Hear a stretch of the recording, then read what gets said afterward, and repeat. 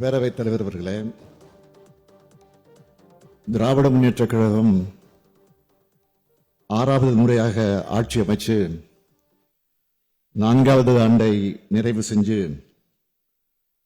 5வது ஆண்டில் அடியெடுத்து வைக்கும் பொற்காலம் விரைவில் தொடங்கப் போகிறது. முத்துவேல், கருணாநிதி, ஸ்டாலினும் நான் பொறுப்பேற்ற மே 7க்கு இன்னும் 7 நாள் தான் இருக்கின்றன.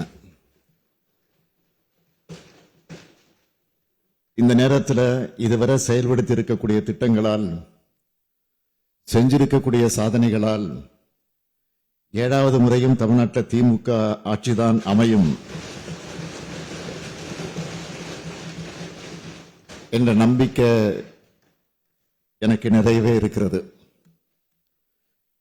என்னோட 60 ஆண்டு கால பொது வாழ்க்கைய ஒரே சொல்ல குறிப்பிடுற மாதிரி தலைவர் கலைஞர் அவர்கள் ஸ்டாலின் என்றால் உழைப்பு உழைப்பு உழைப்பு என்று சொன்னார்.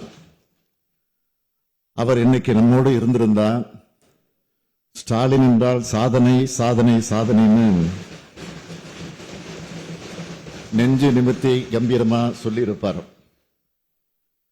என்பதை நான் ரொம்ப பணிவோட சொல்லிக்கிறேன்.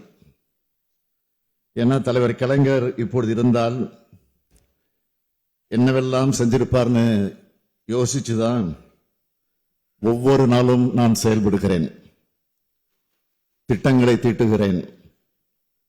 தலைவர் கலைஞரின் எண்ணங்கள் தான் இந்த அரசினுடைய செயல்கள். அந்த செயல்களால் விளைஞ்சதுதான் இத்தனை சாதனைகள் என்பதை பெருமையோடு சொல்லிக்கிறேன். கடந்த ஆட்சியாளர்கள் செஞ்ச நிர்வாக சீர்கேட்டால் நிர்வாக கட்டமைப்புகள் தரைமட்டத்திற்கு போய் கட்டாந்தரையில ஊர்ந்துகிட்டு இருந்துச்சு. ஊர்ந்து கொண்டிருந்த இந்த இழிவை போக்கி தலைநிமிர்ந்த தமிழ்நாட்டை உருவாக்க தமிழ்நாட்டு மக்கள் திராவிட முன்னேற்ற கழகத்தை ஆட்சி பொறுப்பில் அமர்த்தினார்கள்.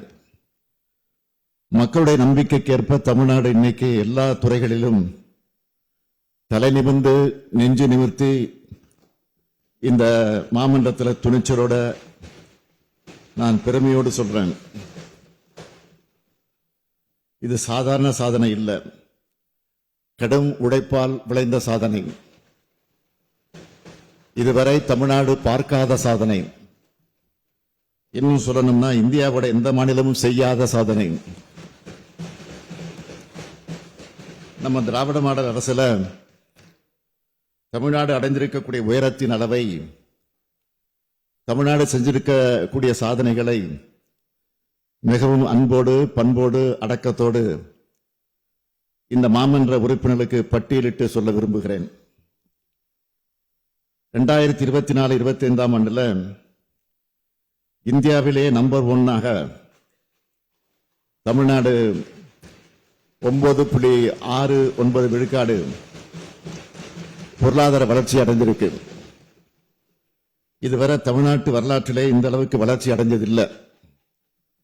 இது நான் சொல்லல, எல்லா வகையிலும் தமிழ்நாட்டுக்கு என்றால் ஓர வஞ்சனையோடு செயல்படும் ஒன்றிய அரசின் புள்ளி விவரங்களே சொல்லி இருக்கு. நம்மோட வளர்ச்சி 9.69 விழுக்காடு. ஆனா ஒட்டுமொத்த இந்தியாவோட வளர்ச்சி எவ்வளவு தெரியுமா? 6.5 விழுக்காடு. இதுதான் சாதனை. தமிழ்நாட்டோட ஜிஎஸ்டிபி 17,23,698 கோடியா உயர்ந்திருக்கு. தமிழ்நாட்டோட தனிநபர் வருமானம் 2024-25 ஆண்டுல 3,58,000 ரூபாய். தேசிய சராசரி 2,06,000 தான். இதுவரை இல்லாத உச்சமா $14.65 பில்லியன் அளவுக்கு மின்னணு பொருட்கள் ஏற்றுமதியில தமிழ்நாடு கடந்த 2024-25 நிதியாண்டுல சாதனை படைச்சிருக்கு.